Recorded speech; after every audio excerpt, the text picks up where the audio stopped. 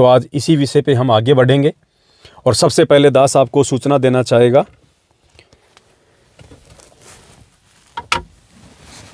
कि सतलोक आश्रम मैनेजमेंट हरियाणा का मुखिया महेंद्र भगोड़ा, जो सन 2014 बरवाला कांड से भगोड़ा घोषित था और पिछले महीने 29 नवंबर 2022 को, आज 29 दिसंबर 2022 है, जस्ट एक महीने पहले 29 नवंबर 2022 को 8 साल से भगोड़ा घोषित महेंद्र राजस्थान के जोधपुर से पकड़ा गया था। उसको जेल भेज दिया गया था और पुण्यात्माओं 3 दिन पहले यानी 27 दिसंबर 2022 को, आज से 3 दिन पहले वो महेंद्र वापस जेल से आ चुका है अपनी जमानत करवा के। है ना आश्चर्य की बात? आश्चर्य हो रहा ना आपको, कितना जल्दी आ गया। इतना वांटेड व्यक्ति, देशद्रोह के मुकदमे में जिसका नाम, मर्डर के मुकदमे में जिसका नाम, जो धाराएं 2014 बरवाला कांड के बाद हमारे परम पूज्य सतगुरु रामपाल जी भगवान के ऊपर हरियाणा प्रशासन ने लगा रखी थी, वो सारी की सारी धाराएं उनके इस छोटे भाई, कलयुगी भाई महेंद्र के ऊपर भी लगी हुई थी। और 8 साल से हमारे गुरुदेव की कोई जमानत नहीं, कोई सुनवाई नहीं।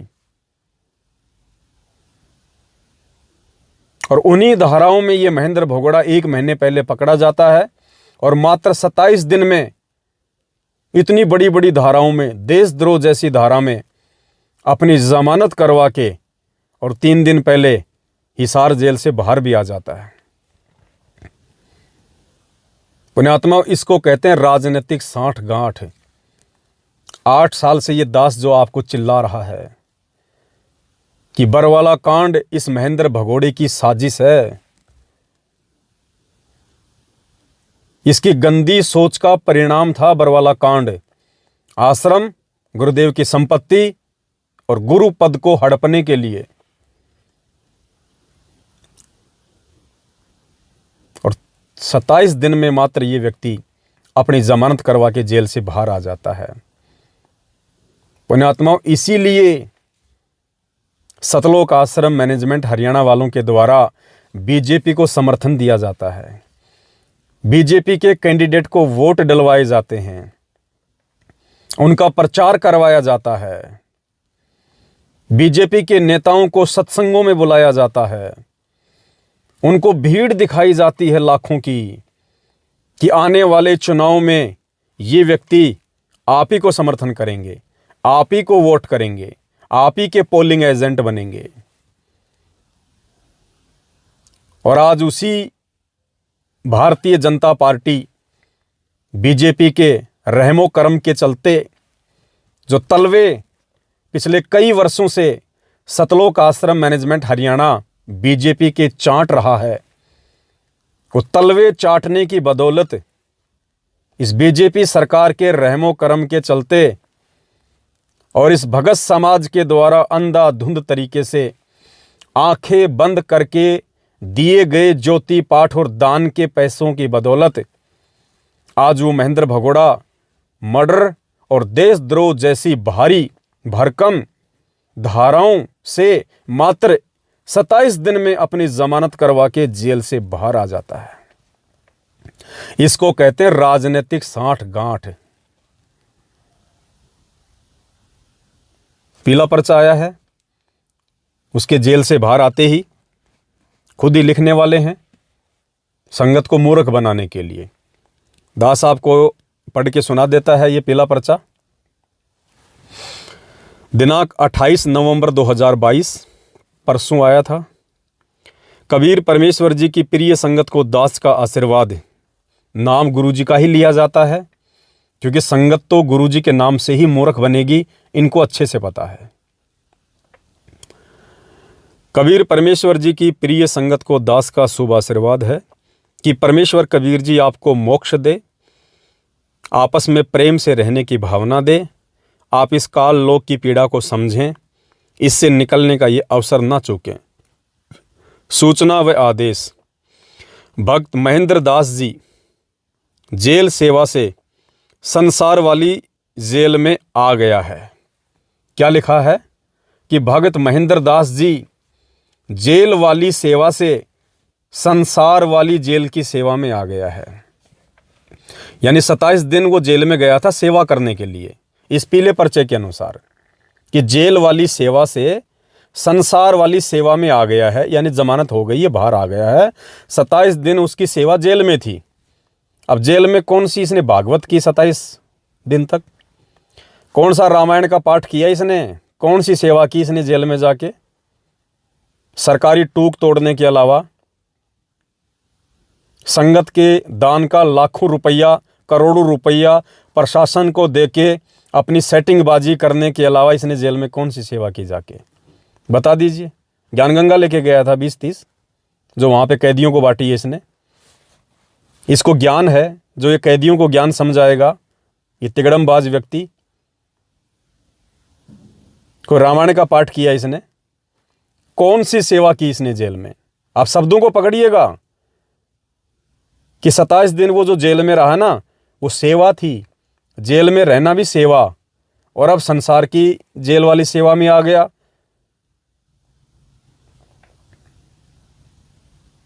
और बाहर आते इसने अपने संसार वाली जेल की सेवा शुरू कर दी। बाहर आते ही इसने संसार की जेल वाली सेवा शुरू कर दी। कौन सी सेवा शुरू कर दी? ये देखिए दूसरा पीला पर्चा, ये वाला, 29 नवंबर 2022, ये कल का है।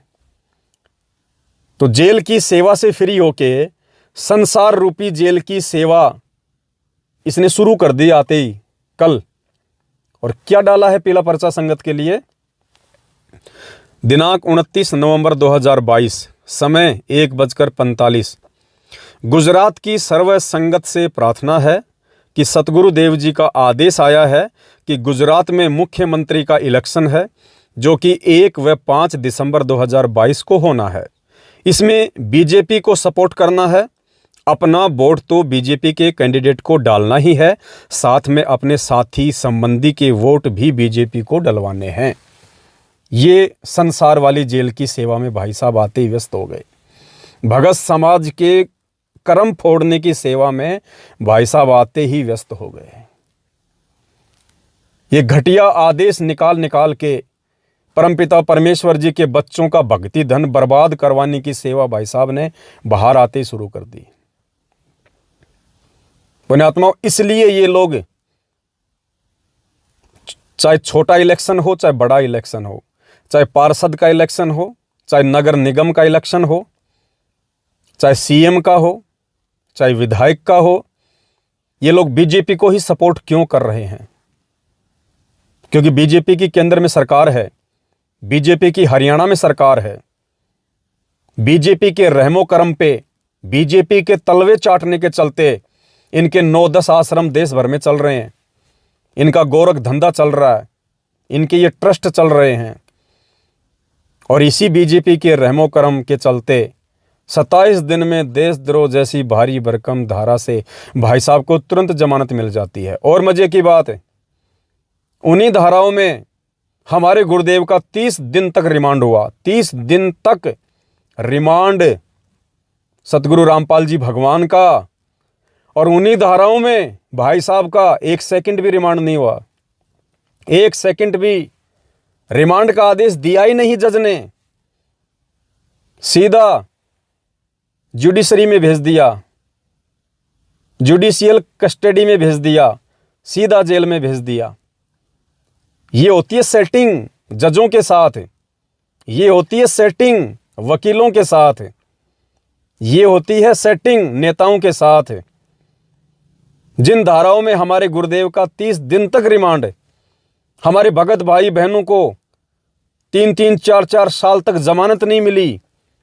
जो 900 भगत भाई बहन जेल में बंद थे देशद्रोह की धाराओं में, 2-2, 3-3, 4-4 साल तक जिनको जमानत नहीं मिली। गुरुदेव के साथ में 14-15 लोग अभी भी जेल में हैं जिनको जमानत नहीं मिली। गुरुदेव को आज तक जमानत नहीं मिली। उन्हीं धाराओं में भाई साहब का ना तो रिमांड होता है, ना ही भाई साहब को कोई सजा होती है। और भाई साहब 27 दिन में जेल से बाहर आ गए। इसको कहते हैं बाप बड़ा ना भैया, सबसे बड़ा रुपया। इसको कहते हैं गद्दारी, अपनों से गद्दारी। आने वाले समय में इस संगत के ऊपर क्या बीतेगी, इस संगत पे जो कहर बरसेगा, पुण्यात्माओं, आप उसकी कल्पना भी नहीं कर सकते। क्योंकि इस संगत के दान का दुरुपयोग, जो आंख बंद करके इन कुपात्रों को ज्योति पाठ और दान का पैसा इन आश्रमों में और फर्जी नामदान केंद्रों पे भाई बहनों के द्वारा दिया जा रहा है, यही तो वो पैसा है जो करोड़ों में देके उन जजों को खरीद लिया गया होगा। प्रशासन में दिया है करोड़ों में, तब कहीं जाके भाई साहब मात्र 27 दिन में जेल से बाहर है। और बाहर आते ही अपने उस एहसान का बदला उतारने के लिए जो बीजेपी ने किया, जमानत दिलवा के प्रशासन के साथ सेटिंगबाजी करके, अब उसका ऋण उतारने में भाई साहब व्यस्त हो गए। गुजरात सीएम इलेक्शन में भगत समाज से वोट डलवाने के लिए।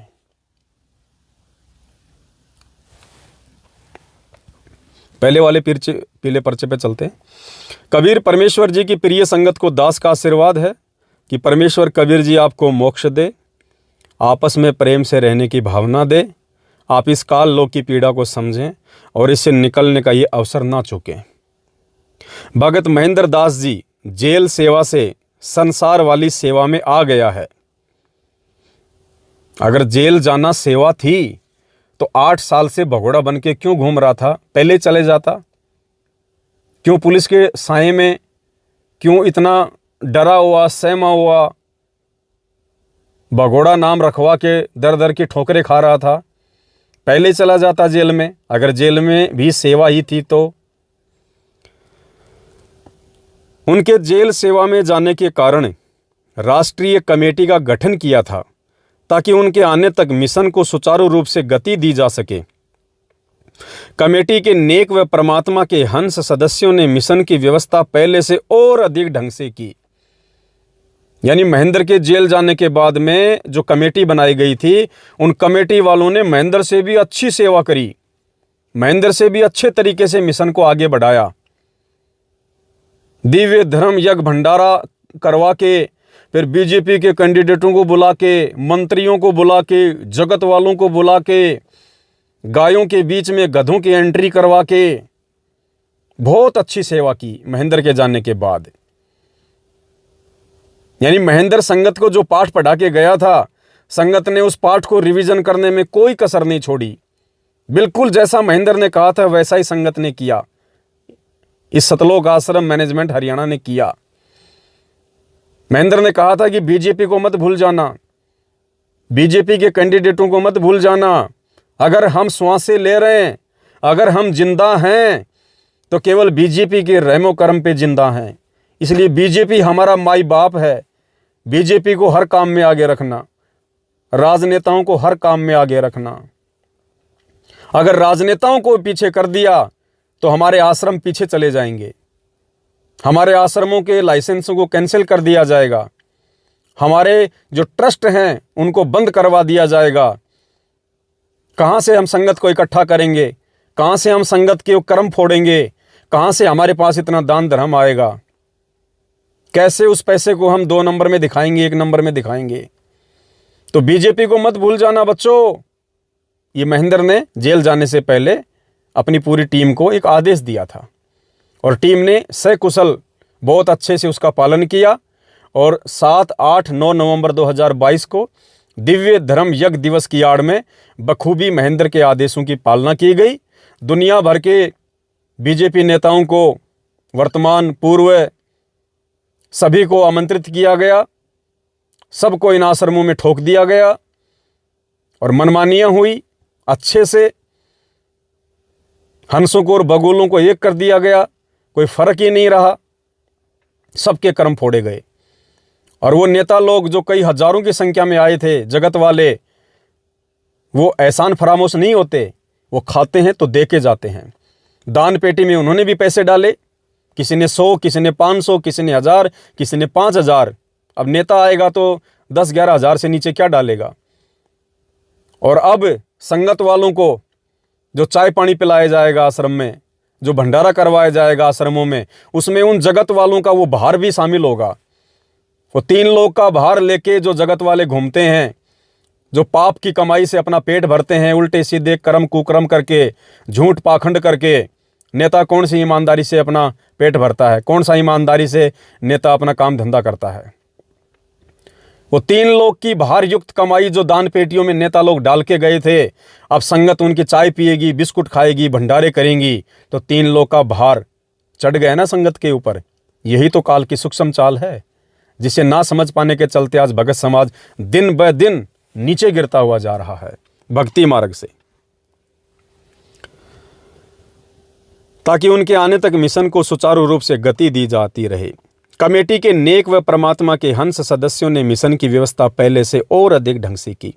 दिव्य धर्म यज्ञ दिवस 7-8 नवंबर 2022 का पाठ समागम इतने प्यार से, शिष्टाचार से संपूर्ण किया जैसे सतलोक से आए हमारे भाई बहन बहुत गुप्त रूप से पृथ्वी वालों के वेश में सब सेवा कर रहे हों। बिल्कुल, काल तो यही करवाएगा। जहाँ पे काल की व्यवस्था होती है वहाँ पे काल नुकसान नहीं होने देता। वहाँ पे काल ऐसी व्यवस्था कर देता है कि दूसरे जो नादान भगत भाई बहन होते हैं वो भी ये सोच में पड़ जाते हैं कि भाई वास्तव में जो हो रहा है सही हो रहा है।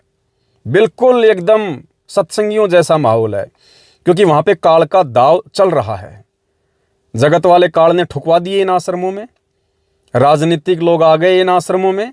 कोई बीड़ी का बंडल लेके आ रहा है, कोई दारू का कोई पौवा लेके आ रहा है, कोई सिगरेट लेके आ रहा है, कोई रजनीगंधा लेके आ रहा है, कोई घर से दारू का लेके अपना गिलास जो है वो चढ़ा के आ रहा है, क्योंकि लोगों की आदत होती है। आप थोड़ी उनकी आदतों को सुधार दोगे जब जगत वालों को आप बुला रहे हो। तो सारी काल व्यवस्था थी, तो काल ने किसी को कुछ नहीं होने दिया कि ठीक चल रहा है, बिल्कुल बढ़िया।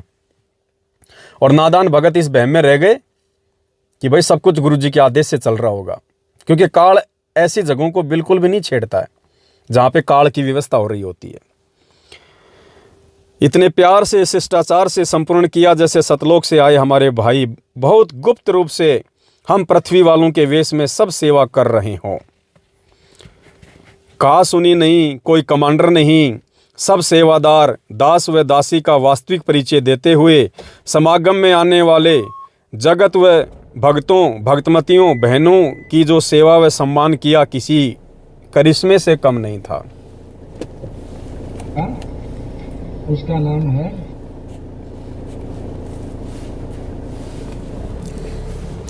कमेटी का गठन समय की आवश्यकता थी तथा एक ट्रायल भी थी कि क्या मेरे बच्चे इतने लायक समझदार हो चुके हैं जो दास के सतलोक गमन के बाद मिशन को सुचारू रख सकें। अगर ये परमेश्वर की तरफ से परीक्षा थी तो इस परीक्षा में तमाम लोग फेल हो चुके हैं, जिन्होंने गाय और गधों में कोई अंतर नहीं समझा और उन जगत वालों के साथ मिलकर वहां पे हंसी ठिठोली कर रहे थे। जिन नेताओं को परमेश्वर ने 27 वर्षों से अपने आश्रमों में कोई जगह नहीं दी, भंडारे के नाम पे परमात्मा ने जगत वालों को इस प्रकार से नहीं बुलाया, अपना स्वार्थ सिद्ध नहीं किया। अगर ये परीक्षा थी परमेश्वर की तरफ से तो निसंदेह सभी भाई बहन परीक्षा में फेल हुए हैं। इस ट्रायल ने दास को बहुत हिम्मत दी है। बताइए कहां से हिम्मत मिलेगी परमेश्वर को? इस सच्चे मार्ग में गंदगी फैलाई जा रही है और लिखा जा रहा है यहां पे परमेश्वर की तरफ से कि मुझे बहुत हिम्मत दी है, मेरे बच्चों ने निर्भय किया है कि मेरे बच्चे सर्वसंगत बेटा बेटी जैसे ढालना साधना चाहता हूं ढल रहे हैं। दास को परमात्मा कबीर जी ने, मेरे पूज्य गुरुदेव जी ने इसलिए छोटी जेल में आपसे दूर, आपकी पहुंच से दूर डाला है, दास को विश्वास बने कि मेरे बच्चे काल के दूतों की चाल में नहीं फंसते। वही तोते वाली कहानी हो गई श्लोक भी बोल रहे हैं, शिकारी आएगा, दाना डालेगा, जाल बिछाएगा, हम दाने खाएंगे नहीं तो जाल में फंसेंगे नहीं। और उस जाल में फंसते भी जा रहे हैं और वो श्लोक बोलते भी जा रहे हैं। इन राजनेताओं के तलवे चाटते भी जा रहे हैं, राजनेताओं की गुलामी करते भी जा रहे हैं, भक्तों को बीजेपी कभी कांग्रेस को वोट डलवाते भी जा रहे हैं, उनका सपोर्ट भी करवाते जा रहे हैं और कह रहे हैं कि हम तो भक्ति मार्ग में आगे बढ़ते जा रहे हैं। दास को विश्वास बने कि मेरे बच्चे काल के दूतों की चाल में नहीं फंसते या उनके बहकाव में आते हैं। काल के दूतों ने संगत को नष्ट करने की कोशिश में कसर नहीं छोड़ी, परंतु मेरे प्यारे बच्चों ने उनका डटकर सामना किया, अपने को ज्ञान आधार से दृढ़ रखा। ये लीला अति आवश्यक थी। यदि दास 2014 नवंबर में संसार से चला जाता तो मिशन तहस नहस हो जाता। दास को छोटी जेल से गए संदेश व आदेश ने संगत को बर्बाद होने से बचा लिया और बच्चे परीक्षा में पास हो गए। अब भगत महेंद्र दास जी अपनी सेवा पहले की तरह करें। पहले भी वो राजनेताओं के तलवे चाटता था, अब भी महेंद्र दास वही सेवा करे, राजनेताओं के तलवे चाटे, जो उसकी इच्छा करे, जो उसके मन में आए करे, अपने कर्म फोड़े। और आते ही उसने गुजरात के सीएम के इलेक्शन के विषय में, वोट और सपोर्ट के विषय में ये पीला पर्चा निकाल के अपनी वापस वही गंदी सेवा शुरू कर दी। अब भगत महेंद्र दास जी अपनी सेवा पहले की तरह करें। कमेटी का कार्य पूरा हुआ, अब इसकी अभी आवश्यकता नहीं है, परंतु इन सदे हुए बच्चों के समय समय पर सेवा लेता रहूँगा। कहीं जांच करनी है, कहीं कोई समस्या का समाधान कराना है। ये लोग खुद ही एक बहुत बड़ी समस्या है। ये किसका समाधान करेंगे? खुद ही समस्या है भगत समाज के लिए और परमपिता परमेश्वर सतगुरु रामपाल जी भगवान के लिए तो महा समस्या है। काल ने इन कमेटी वालों को, इन मैनेजमेंट वालों को अपना दूत बना के इस सत्य भक्ति मार्ग में परमेश्वर के सत्य पंथ में रोड़ा बना के खड़ा कर दिया, एक समस्या बना के खड़ा कर दिया। तो ये शब्द परमात्मा नहीं कहेंगे कि आप तो मेरे लिए समाधान है। समाधान नहीं, उस परमेश्वर के लिए इस सत्य भक्ति मार्ग में राजनीति का समावेश करके बहुत बड़ी महासमस्या है। पुण्यात्माओं, इन चीज़ों को ज्ञान आधार से समझा जा सकता है। परमात्मा किसी एक पे निशाना नहीं साधेंगे, वो परमेश्वर है भाई, हमारी तरह जीव नहीं है। परमात्मा कहते हैं कबीर कपट से भक्ति करे उसको भी समझाऊं, साम दाम दंड भेद से फिर सीधे रास्ते लाऊं। और मालिक कहते हैं खेवट सबको खेवता, क्या उत्तम क्या नीच। परमात्मा सबको समान दृष्टि से देखता है। मालिक ने कहा कि नौका में चाहे घास रख दी जाए, चाहे पत्थर रख दिए जाएं, चाहे इंसान रख दिए जाएं, वो सबको दूसरे किनारे लगाती है। तो पुण्यात्माओं, परमेश्वर का काम है सबको समान रूप से ज्ञान देना, सबके साथ समान रूप से व्यवहार करना, सबके साथ समान रूप से प्यार करना।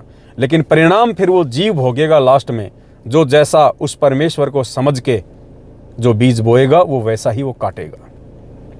तो बचना और संभलना आप और हम सब आत्माओं ने है। अब देखो राजनीति के विषय में हमें परमेश्वर ने क्या क्या बताया। हर बार दास आपको वही वीडियो दिखाता है, आप भी सुन सुन के बोर हो गए होंगे। लेकिन क्या करें पुण्यात्माओं, जैसे परमात्मा एक सत्संग में कहते हैं कि आप सोचते हैं भाई गुरुजी तो दो ही बात जानते हैं, गधे बनोगे कुत्ते बनोगे, गधे बनोगे कुत्ते बनोगे।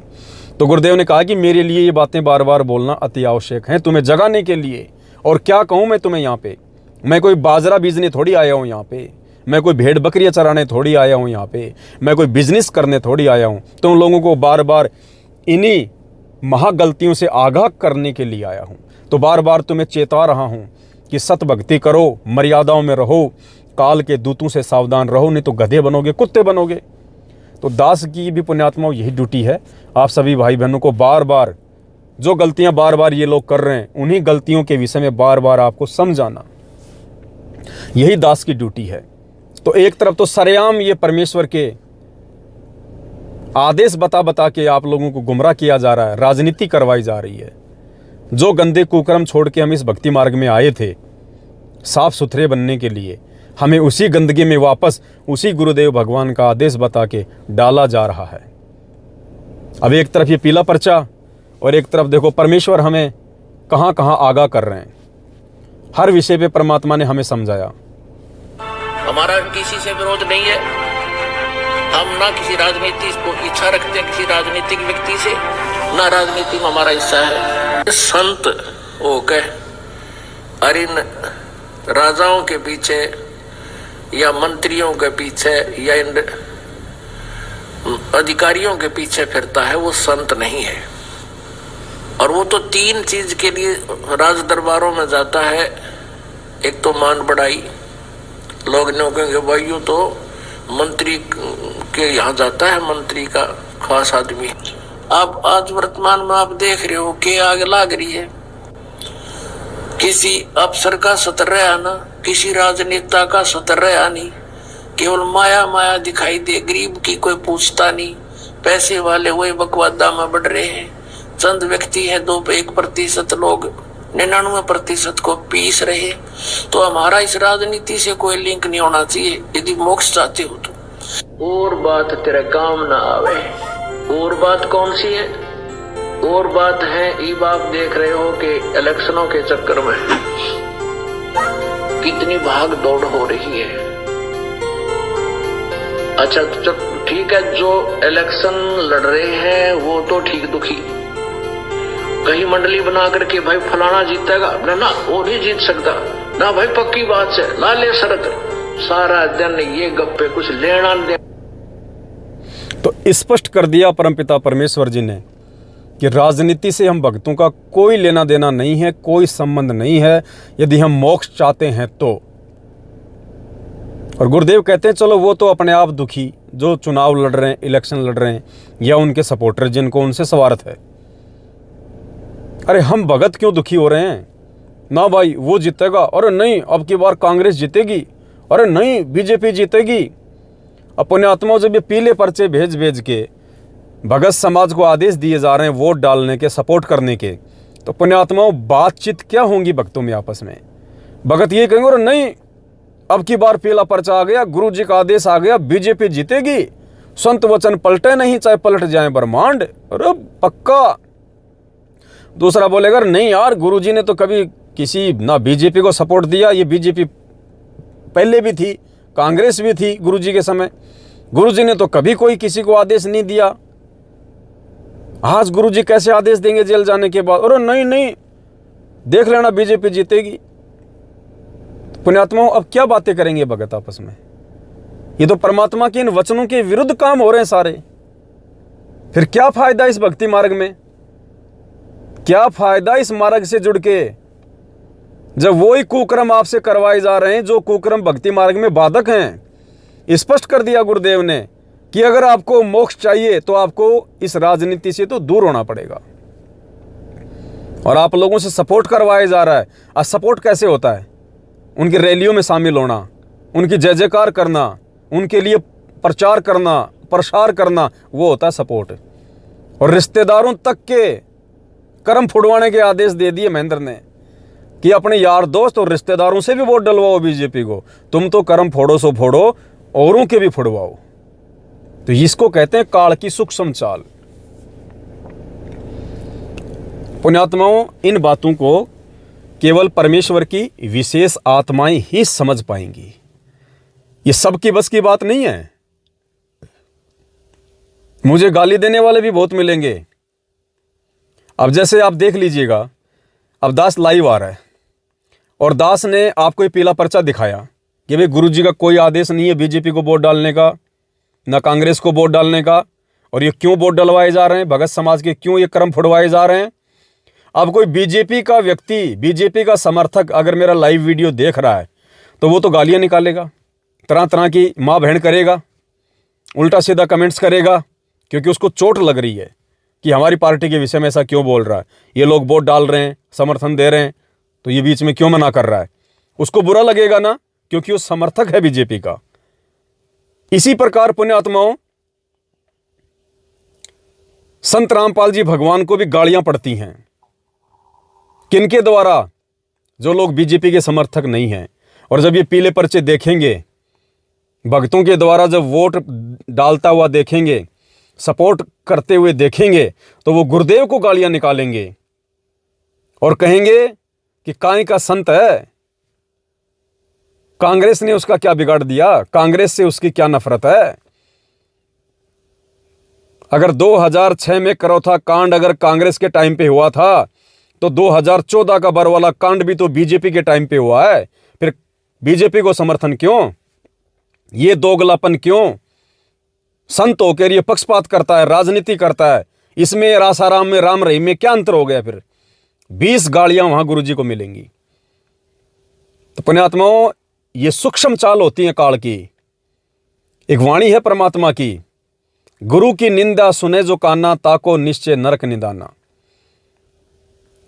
पुण्यात्माओं, वो व्यक्ति ही गुरुद्रोही नहीं होता है जो सीधे तौर पे गुरुजी की निंदा करता है, गुरुजी की चुगली करता है, गुरुजी से राग द्वेष रखता है। कि गुरुद्रोही गुरुद्रोही सब कोई कहे, गुरुद्रोही न चीन्या कोई, गुरु से बैर ईर्ष्या करे, गुरुद्रोही कहावे सोई। वो व्यक्ति ही गुरुद्रोही नहीं होता है जो सीधे तौर पे गुरुजी को गालियां दे, निंदा करे, चुगली करे, राग द्वेष करे। वो व्यक्ति उससे भी बड़ा गुरुद्रोही होता है जिसकी मनमानियों के चलते, जिसकी गलतियों के चलते दुनिया उसके गुरुदेव की निंदा करे, चुगली करे, गालियां निकाले। तो पुण्यात्माओं, ये सूक्ष्म चाल है काल भगवान की। ये मैनेजमेंट वाले तो काल के पिल्ले हैं ही हैं, ये तो काल के पक्के दूत धरती पे हैं ही हैं, इसमें कोई संशय नहीं है। लेकिन ये तुम संगत वालों के भी कर्म उतनी तेजी से फुड़वा रहे हैं। ये तुम्हारे ऊपर भी काल भगवान की तरफ से गुरुद्रोही का तमगा लगवा रहे हैं, क्योंकि तुम्हारे सपोर्ट के बिना, तुम्हारे आर्थिक और शारीरिक सपोर्ट के बिना ये मैनेजमेंट कुछ नहीं कर सकता। मैनेजमेंट के पास अगर तुम्हारा शारीरिक सहयोग ना हो, तुम्हारी तरफ से आर्थिक सहयोग ना हो, ये कुछ नहीं कर सकते। तो मैनेजमेंट को आगे बढ़ने के लिए सबसे बड़ी दोषी ये संगत है, जो गुरुदेव की बदनामी का कारण बन रही है। तो परमेश्वर ने हमें हर वस्तु स्थिति से अपने सत्संगों में अवगत करवा रखा है।